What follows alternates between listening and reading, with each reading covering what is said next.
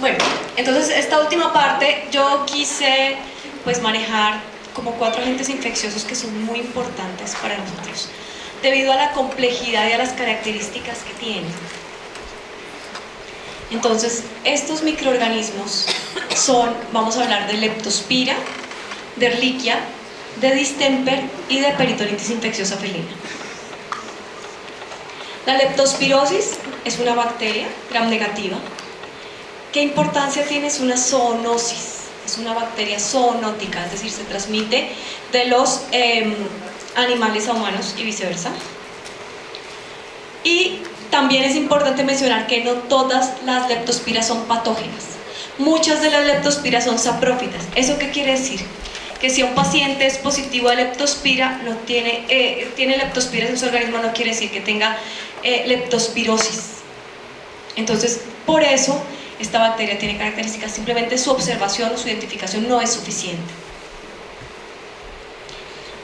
Aquí quiero mencionar algunas cositas, entonces, con respecto al proceso infeccioso de la leptospira.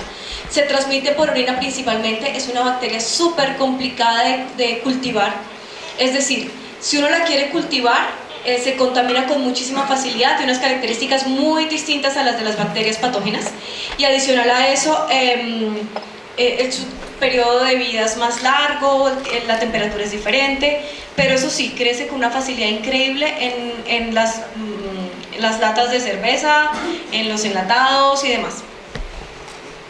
Entonces, ingresa por mucosas, tiene una característica particular. La mayoría de las bacterias, para ingresar al organismo y empezar a causar enfermedad, necesitan una vía de entrada. La leptospira no. La leptospira tiene, entre otras cosas, una toxina que se llama hialuronidasa, que afecta al ácido hialurónico e ingresa directamente sin vía de entrada, o sea, puede entrar en piel intacta. A su vez, hace las veces de un tornillo y de esta manera también de forma mecánica le permite el ingreso al organismo. Entonces, para este microorganismo se vacuna. Si el individuo ha sido vacunado, pues tiene un comportamiento diferente al que no ha sido vacunado. Adicional a eso, otra cosa que interviene es la cantidad del inóculo. Si la cantidad del inóculo ha sido bastante, pues las condiciones son muy distintas, ¿no? Entonces, en este caso, hay leptospiremia, cuando el paciente no ha sido ni vacunado y la cantidad del inóculo es importante. Si el inóculo no es mucho, así el paciente no haya sido vacunado, es posible que las condiciones sean diferentes. Claro, tiene que ver el sistema inmunológico del individuo. Y si el individuo ha sido vacunado, pues se elimina el microorganismo y no hay signos clínicos. En el peor de los casos, hay una cantidad de lesiones, enfermedad clínica, falla hepática, falla renal, puede haber muerte o colonización sobre todo del tracto urinario y eliminación crónica de la bacteria. En el primero de los casos, en el peor de los escenarios, adicional a eso, la respuesta a anticuerpos es muy baja en la fase inicial. Entonces no se encuentran muchos anticuerpos. Cuando se aumentan los anticuerpos es cuando el paciente ya está muy mal, si sobrevivió. En el segundo de los casos, que el inóculo no ha sido muy grande y adicional a eso seguramente el sistema inmunológico del paciente estaba mejor, entonces los anticuerpos pueden ser una cantidad moderada y en algunos casos pues, puede ser suficiente para la eliminación del parásito, del patógeno, y finalmente el paciente vacunado tiene una buena respuesta, una buena cantidad de anticuerpos y pues hay eliminación del patógeno. Entonces fíjense, esta imagen que coloco acá es para señalar en qué momentos es cuando puede dar positivo un paciente a leptospira. Entonces hay que pensar en los diferentes casos. En este caso, puede ser un paciente que está inmunológicamente muy bien, no tiene síntomas y posiblemente vacunado, o en el caso en que el paciente está muy grave, no ha sido vacunado y es posible que ese individuo esté eliminando por orina. A mí no me gustan mucho las diapositivas con mucha letra, me parecen cansonas, pero esta diapositiva me pareció importante por lo siguiente. Entonces, la historia clínica, pacientes jóvenes principalmente, afectados con mayor gravedad, las condiciones medioambientales importantes. Los hallazgos clínicos son muy inespecíficos y los hallazgos de laboratorio también. Entonces les quería preguntar lo siguiente: ¿Qué opinan de un paciente que llega a su consultorio o a su clínica con estas condiciones?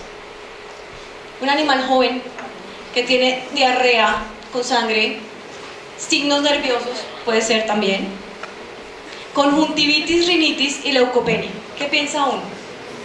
Una viral. Parvo o distemper, ¿no? ¿Qué piensa uno si al consultorio llega un paciente que tiene poliuria, polidipsia y glucosuria?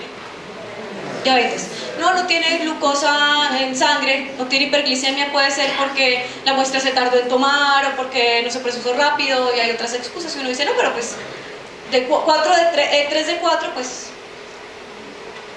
¿Qué pasa si un paciente llega con fiebre, melena, epistaxis, petequias, leucopenia, trombocitopenia y las enzimas hepáticas alteradas, bilirrubinas y azotemia?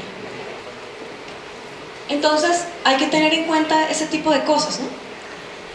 Entonces, paciente está vacunado, la sintomatología, otras pruebas negativas, uno muchas veces piensa en otra cosa y la leptospira es una enfermedad muy delicada.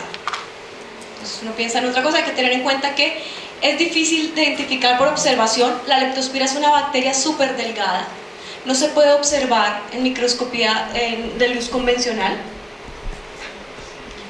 La detección del antígeno no es suficiente, como decía, no es suficiente decir tiene leptospira. Tiene leptospira, pero ¿cuál leptospira? Puede ser saprófitas, no todas son patógenas, entonces no es necesariamente tienen el leptospirosis. Entonces hay que determinar los grupos, hay que determinar los serogrupos y la técnica diagnóstica por ahora utilizada es la microaglutinación. ¿Qué es la microaglutinación? Es observación de la bacteria en cultivo, se hacen cultivos, se observa en microscopio de campo oscuro, se pone en contacto con el suero del paciente y si nuestro paciente ha estado en contacto con la leptospira, ¿qué tiene? Anticuerpos. Y cuando están en contacto los anticuerpos con los antígenos, ¿qué ocurre? Se aglutina. Se aglutina. De esta manera es que se está haciendo realmente el diagnóstico aquí en Colombia. Seguramente luego se propone hacer la parte de biología molecular, pero se tiene que hacer no para un patógeno, sino se imaginarán, se tiene que hacer una PCR múltiplex para identificar diferentes serogrupos de leptospira. Por ahora lo hacemos de esta manera. Entonces es la observación de la leptospira, tiene que estar muy bien entrenada la persona para hacerlo, es el microscopio de campo oscuro y se hacen diluciones porque interesan de nuevo los títulos o la cantidad de anticuerpos que tiene este paciente contra la leptospira. Esta es la manera como lo reportamos. Fíjense la cantidad de serogrupos que se tienen que evaluar y de serobares. ¿Sí? Es cierto que se vacuna, entonces hay que mirar si el paciente estuvo vacunado y si contrae esos serogrupos se está vacunando. En este caso este paciente salió positivo a una de las más patógenas, entonces hay que tener cuidado de todas maneras, ¿no? Es muy importante, sobre todo el hecho de que sea una zoonosis, pues es fundamental. Nuestra querida Ehrlichia canis, es una bacteria, es una rickettsia, es intracelular, tiene unas características, su pared tiene unas características diferentes a las demás bacterias. Es transmitida por garrapatas, yo creo que todos sabemos mucho de erliquiosis, o de por lo menos la transmisión. Este microorganismo es súper pilo, es decir, se deja fagocitar. Cuando se fagocita por los macrófagos, inhibe la unión fagosoma-lisosoma, es decir, lo que iría a lisar, lo que se ha fagocitado el macrófago, inhibe esa unión y entonces los lisosomas quedan por ahí sueltos. Queda dentro, la Ehrlichia queda dentro del macrófago, se multiplica y luego rompe y destruye las células. Tuvimos la oportunidad hace cerca de año y medio, vino una persona que sabe muchísimo de hemoparásitos, se llama Omaira Parra, ella es venezolana, hacen investigación a un nivel muy interesante, es en cultivo de Ehrlichia a nivel de investigación como diagnóstico, y ella nos contaba que han logrado evidenciar que la Ehrlichia induce los pseudópodos en las células para no tener que salir de las células para pasar a otra. Entonces nunca, en ningún momento, luego de que está dentro del órgano, sale de la célula. ¿Sí? ¿Quiénes de aquí me pueden decir? Tengo unas fotos. ¿Quiénes de aquí me pueden decir cuál de estas es Ehrlichia? ¿Alguien me puede decir? ¿Ehrlichia canis?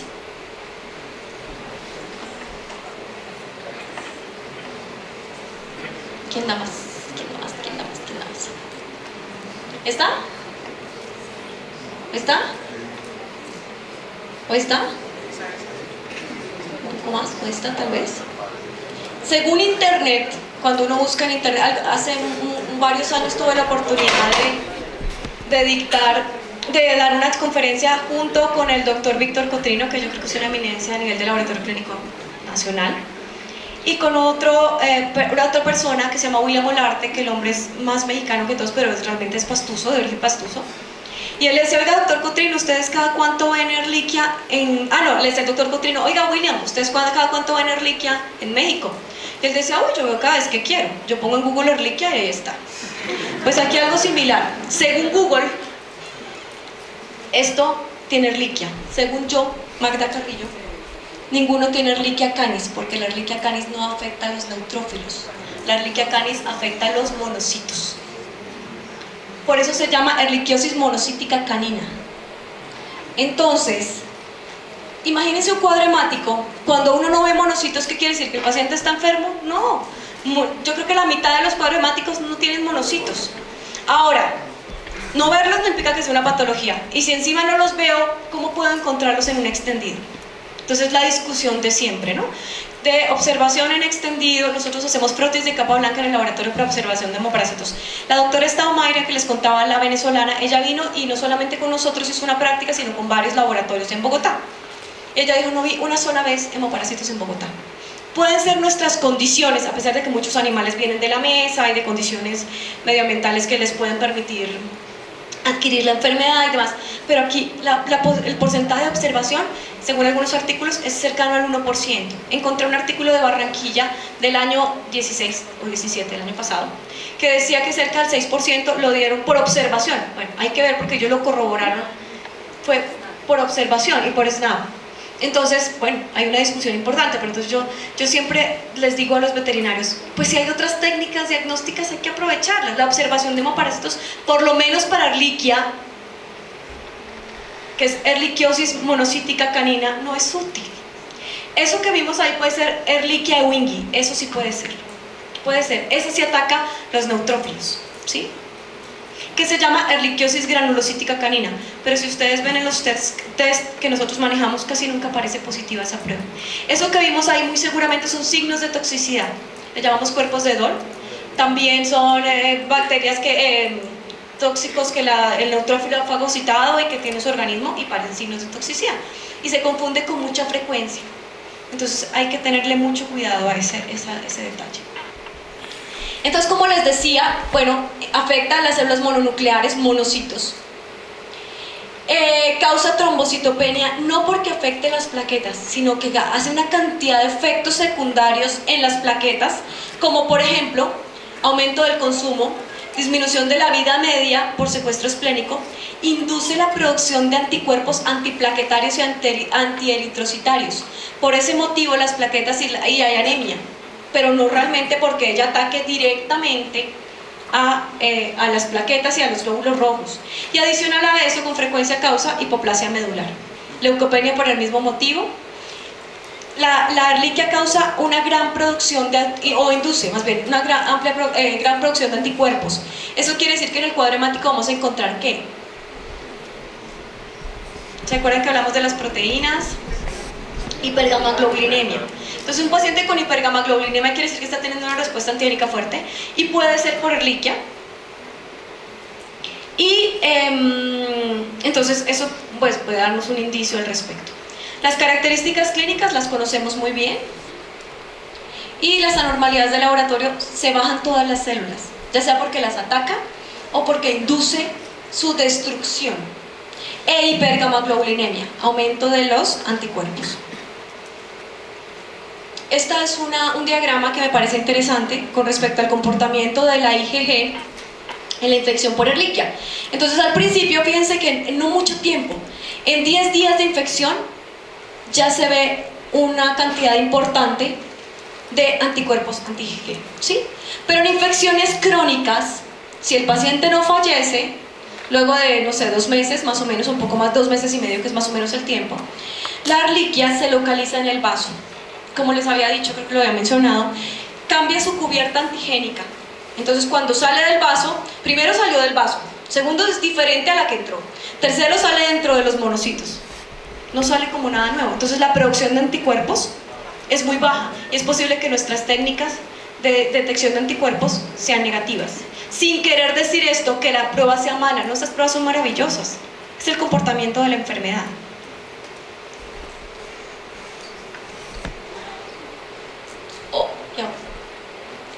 Entonces, estas son las técnicas o las pruebas más bien que tenemos a disposición acá.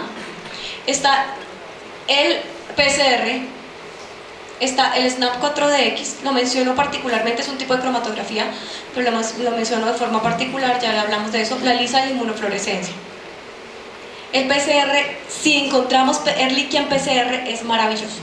¿Qué pasa? Hay quienes dicen, no, tocaría tomar la muestra del vaso. Sí, seguramente sí, pero es posible que quede una que otra Ehrlichia por ahí en sangre.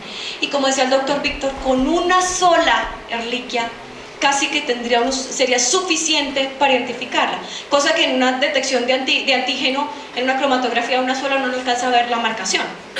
Pero en PCR la sensibilidad y la especificidad son altísimas, son insuperables por otro tipo de técnicas. El SNAP 4DX tiene una característica y es que nos detecta no solamente Ehrlichia canis, sino Borrelia, Dirofilaria, Anaplasma phagocytophilum, pues encuentra otra cantidad de hemoparásitos que es muy valioso, y detecta una proteína. ¿Se acuerdan que yo les contaba? Si estamos detectando anticuerpos, lo que hay en la prueba son antígenos. El antígeno que tiene esta prueba es una proteína súper conservada, es decir, son anticuerpos que pueden encontrarla a pesar de que otras técnicas, posiblemente como la ELISA y la inmunofluorescencia, no las estén detectando. ¿Sí? ¿Se acuerdan que hablamos que la inmunofluorescencia tiene la Ehrlichia completa en la prueba y la ELISA es el antígeno específico? Entonces esta técnica es un poco más sensible y específica, y a veces la medición de anticuerpos pues no puede ser tan útil de acuerdo a la fase de la enfermedad. Sin embargo, inclusive si la Ehrlichia está solamente en vaso y se localiza en vaso, nos toca bandearnos con lo que tenemos, el examen clínico fundamental, y yo insisto, la comunicación con el laboratorio. Este es un voto de confianza entre el laboratorio y el clínico. Alguna vez alguien decía, bueno, no es que yo mandé a un laboratorio tal y yo llamé a otro y me dio diferente, pero en un lado hicieron ELISA, en el otro lado hicieron inmunofluorescencia y en el otro lado hicieron otro tipo de ELISA y en otro hicieron cromatografía y me dieron diferentes. Entonces yo le decía, ninguno lo está haciendo mal, sino que los alcances de cada técnica son, además que lo hicieron en momentos diferentes, con 10 días de tiempo de toma de agua y la otra en 10 días después. O sea, no podemos comparar. Entonces yo lo que los invito es a comunicarse con su laboratorio y decir, bueno, me está pasando, oiga, no entiendo, mire, no me cuadra, mire el caso, hablemos sobre esto. Y si uno no lo sabe, pues uno busca a quien le pregunta, porque no lo sabemos todo, ¿no?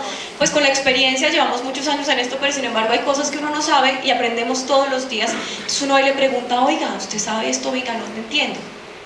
Y yo estoy segura que no solamente nosotros como laboratorio, sino todos los laboratorios que trabajan y que están a disposición de ustedes, tratan de hacerlo de lo mejor, seguramente así es, pero entonces hay que tener una muy buena comunicación.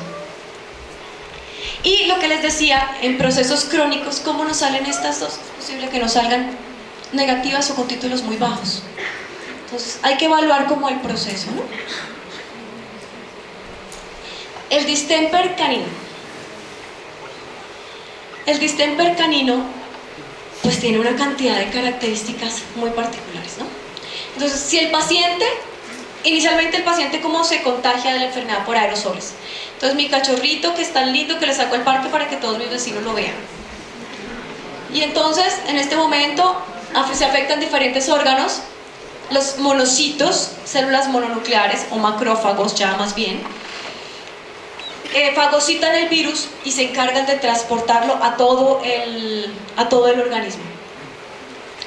Hay dos comportamientos: uno, una inmunidad adecuada, paciente vacunado, buena respuesta a anticuerpos, o una inmunidad inadecuada, paciente que no ha tenido vacunación, no se le ha realizado la vacunación. En este caso, está un poco corrido acá, este pertenece acá, este de acá. Puede ser ninguna respuesta anticuerpos, nada, no hay ninguna respuesta a anticuerpos, ese paciente está muy mal, enfermedad multisistémica y fallece. Si en algún caso particular se llega a recuperar, pues es una cosa excepcional, pero normalmente fallece. Y hay otros que tienen una respuesta baja a anticuerpos. Hay recuperación y liberación del virus. Esos son los encargados de transmitir el virus. Otros eliminan el virus del organismo y en la mayoría de los casos hay signos en el sistema nervioso central. Entonces aquí estos son los días post-infección. Entonces algo pasa similar en este momento. Hay aumento del anticuerpo viral, entonces en este momento hay como una producción de anticuerpos. Esta parte no ha habido muchos anticuerpos. Hay inmunosupresión en estos pacientes y hay enfermedad clínica. En este momento podemos ver que en estos días puede haber detección de anticuerpos por la enfermedad, pero hay que mirar a ver si pueden ser también por la vacunación, ¿no? Y en este caso podemos encontrar el antígeno. Entonces hacemos PCR para el antígeno o detección de la inmunocromatografía. Alguien me decía, pero mire que la cromatografía es muy barata y es muy fácil de hacer, pero eso no quiere decir que no sea buena. Es maravillosa, si una cromatografía para distemper da positivo, ahí sí como el cuento, no está medio embarazado, o sea, tiene distemper, no vale la pena comprobar con una ELISA a ver si tiene anticuerpos, pues no. El paciente está, alguna vez ocurrió, no, que quiero comprobar, a un veterinario le salió positiva la cromatografía, no, yo quiero comprobar si de verdad la tiene, hagamos una ELISA o una inmunofluorescencia y esta le salió negativa. No, pero pues si ya está detectando el antígeno, los anticuerpos ya son otra cosa en segundo lugar, ¿sí? Si el antígeno está en el paciente, está en el paciente, así esté vacunado, porque no tiene nada que ver con vacunación. Si ustedes se dan cuenta, aquí en la parte de signos del sistema nervioso central no coloco la detección del antígeno. ¿Por qué? Porque normalmente el virus se localiza en las neuronas, en la fase final. Y al estar en las neuronas, la neurona se llena de óxido nítrico. Al llenarse de óxido nítrico, el virus es destruido, es un mecanismo de defensa del organismo. La neurona es o fagocitada o destruida o se autodestruye. En este momento ocurre la desmielinización, pero ya en ese momento tampoco hay virus porque el virus ya fue destruido porque el organismo reaccionó bien contra él. Bien es un decir, ¿no? Fue por la cura que la enfermedad. Entonces en ese momento ya no hay virus, entonces viene el propietario, bueno, pero mire, mi perro está muy mal, usted le manda a hacer esa prueba y salió negativa, y la inmunocromatografía salió negativa, y mire que tiene toda la sintomatología, ¿y qué hacemos? Entonces es posible porque en ese momento ya no haya virus en el organismo, eso puede ocurrir. O si lo hay, es muy poco. Entonces en ese momento es mejor hacer seguramente PCR para identificación. ¿Y de dónde? Líquido cefalorraquídeo. ¿Sí? Es posible que ya en este momento encontremos el virus en la orina, materia fecal, secreción conjuntival, sangre, pero ya en este momento es posible que ya solamente se encuentre en líquido cefalorraquídeo. Entonces hay que de nuevo tener como en cuenta no solamente el tipo de agente infeccioso, sino la fase de la enfermedad.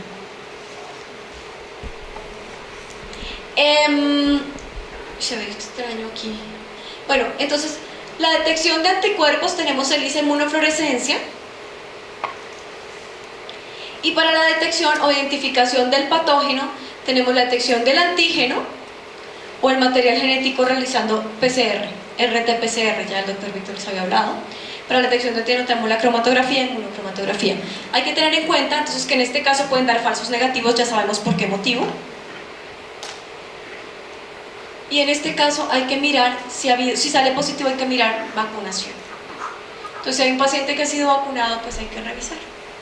¿Sí? Pero si el paciente no ha sido vacunado, esta prueba sale negativa y las técnicas de detección de anticuerpos salen positivas, pues el paciente está enfermo, ¿no?